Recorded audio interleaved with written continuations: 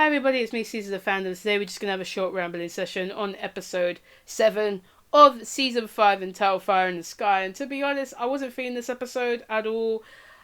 Just in my opinion, I wasn't feeling it at all. Maybe because I literally forgot that this show was coming back this week. Or it's just, I don't know.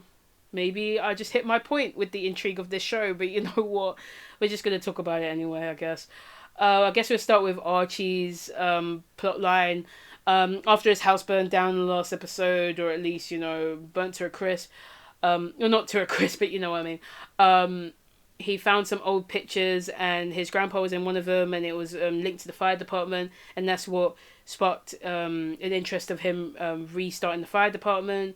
And yay, he went to the help of his friends, but his friends said no at first, and then Kevin and fans decided to join. Yeah, it's just, Jackson came back from the first episode of this season, and yeah, they had their stuff this episode, and we got to know a little bit more about Jackson and whatnot.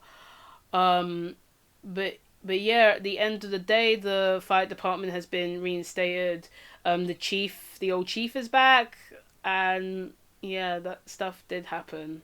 Yeah, that was Archie's plotline. I'm sorry, this is going to be a bit more, I don't know, because I don't really have much to say about this episode, but I don't know. I just want to get through this as quickly as I can. I'm sorry this is so messy, like it always has been, but it's a bit more messy than usual because of that. Yeah, we also got Betty's storyline, her looking for Polly still, and yeah, they found a body that was a woman named Margaret, who went missing, and yeah, also we had a conversation with Reggie and Betty in this episode as well, and Reggie found the body of Margaret and whatever. Also we got Glenn. Glenn came back. I was wondering when he was going to come back because he's still looking after a cat and whatnot, and he's still her boss. But anyway, yeah, we got him, and then he mentioned the trash bag killer, and we got some of Betty's PTSD coming back and trauma from it, and we got like a bit more insight on like that. And yeah, I'm just wondering, because since Archie's probably going through the same sort of PTSD, even though we haven't really seen that yet, since the war and everything. I mean, I think we saw it in like the first episode. Some of his like PTSD and trauma from like the war and stuff. I wonder if they're ever going to talk about it together. I mean, they could, but I don't know. I don't really count Riverdale doing that, but yeah. But then again, with mental health in this show, it doesn't really match, so I don't know. When talking about this show and its portrayal of mental health, I don't really have the words for it. I really don't. We got Veronica's storyline, which kind of connects to Archie's storyline. But she is she enlists the help of her students to help build the jewelry store and funnel like money back into Riverdale's economy and stuff. And of course Hiram is going to like destroy her and destroy her plan, and of course he deconstructs it and stuff and whatnot. And yeah, that happens. It's the typical Hiram and Veronica shenanigans and like verses and whatnot. I don't know. Then we got a Tony subplot with Tony and Cheryl literally co-running the Vixens together, but then they butt heads and Cheryl does some stuff and then Tony talks to her afterwards. Yeah, very rocky. Who knows if they're gonna, I mean, I don't know. And then we got Jughead's storyline with Tabitha, and they continue with their Mothman case, and yeah, Jughead saw some crazy stuff just like Pop did years ago, so crazy stuff. Maybe there will be aliens in Riverdale. Who knows? The Mothman. Or maybe it's just some elaborate scheme. I don't know anymore. Why? I mean, I'm not even surprised because they've done crazy stuff like this before. I'm just not even surprised at this point. I'm just numb. I'm numb. Crazy supernatural stuff. Like, we've seen floating babies in this show before. Come on. Like, honestly.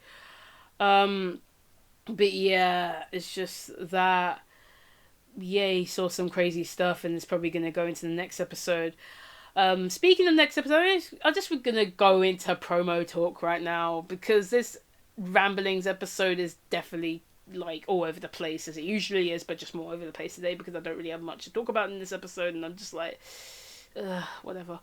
So, yeah, the promo doesn't make me excited for next week's episode. Now, here's the thing. This episode, I was looking forward to the most. I was. And, yeah, it's chaotic stuff. I would love to see chaotic stuff. But now, just seeing the promo, I'm just like, is this just to throw me off of my excitement? Because it probably is. Like, I know they have to pick and choose what to put in the promos and whatnot. And the Riverdale staff and don't cut these promos. So it's other people. And I'm just not that excited anymore.